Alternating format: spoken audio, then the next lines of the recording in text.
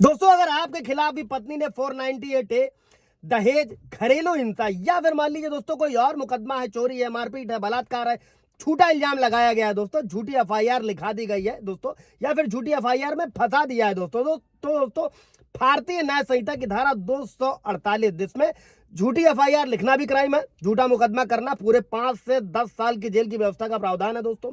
अगर आपके साथ में भी ऐसा हो रहा है तो कमेंट कीजिएगा दोस्तों। अभी समझते हैं कि झूठी एफआईआर से कैसे बचे, झूठी एफआईआर के खिलाफ क्या करें और झूठी एफआईआर करने वाले को जेल कैसे भेजे दोस्तों। अगर किसी भी तरीके का मैट्रिमोनियल डिस्प्यूट और पत्नी ऐसा कर रही है, साथ में ही झूठी एफआईआर को खत्म कैसे करें दोस्तों। झूठी एफआईआर अगर करा दी है विपक्षी पार्टी ने या किसी और ने, तो मानसिक परेशानी का मुआवजा कैसे ले दोस्तों।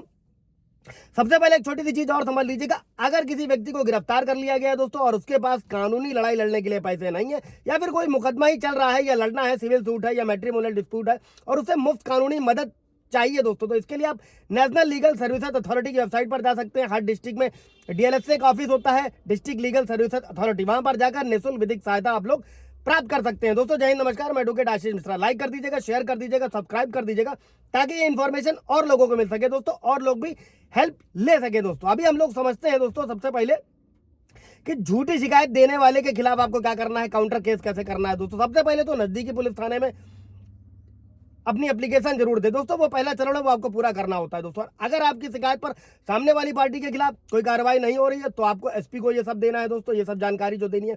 इसके बाद में भारतीय नागरिक सुरक्षा संहिता की धारा 175 के सबसेक्शन 3 में दोस्तों पूरी व्यवस्था करी गई, सीधे कोर्ट के आदेश से एफआईआर दर्ज हो जाती है दोस्तों। और साथ में ही भारतीय नागरिक सुरक्षा संहिता की धारा 210 के तहत जो भी झूठी शिकायत करता है, मान लीजिए पत्नी है, तो उसके खिलाफ शिकायत मजिस्ट्रेट से भी की जा सकती है। और सभी सबूतों को ध्यान में रखकर जरूरत पड़ने पर दोस्तों भारतीय नागरिक सुरक्षा संहिता की धारा 484 ये व्यवस्था करी गई है दोस्तों, अग्रिम जमानत के लिए, एंटीसिपेटरी बेल के लिए।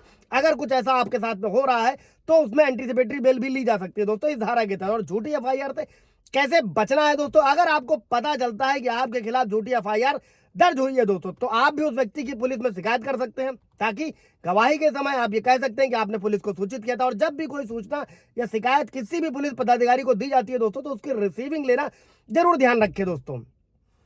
अब अभी दोस्तों अगर आप स्टेप बाय स्टेप चलेंगे तो आपका कहीं भी मुकदमा फंसने वाला नहीं। और अगर आप चाहें तो इसकी शिकायत 112 पर भी दर्ज करा दे, और आपकी शिकायत में हमेशा सबूत जो भी है दोस्तों, ऑडियो है, वीडियो है, रिकॉर्डिंग है, फोटोग्राफ है, दस्तावेज, उनको संभाल कर रखें। और मैट्रिमोनियल डिस्प्यूट में तो जिस दिन आपको पता चले कि पत्नी झूठे मुकदमे लिखाने वाली, कुछ होने वाला, तो सबूत कलेक्ट करना पहली डेट से ही शुरू कर दे दोस्तों। और कोर्ट में ये सारे सबूत आपके बहुत ही काम आने वाले हैं दोस्तों। और अगर आरोप लगने के समय यदि आपके पास मोबाइल है तो आप कोर्ट में आवेदन कर मोबाइल लोकेशन मंगा सकते हैं ताकि बेगुनाही का सबूत मिल सके दोस्तों। अभी समझते हैं कि झूठी एफआईआर खत्म कैसे करानी है दोस्तों। कोर्ट में जब भी चार्ज लगता है, चार्ज लगने के समय अगर शिकायत झूठी पाई जाती है तो कोर्ट आपको उसी समय बरी कर सकते हैं।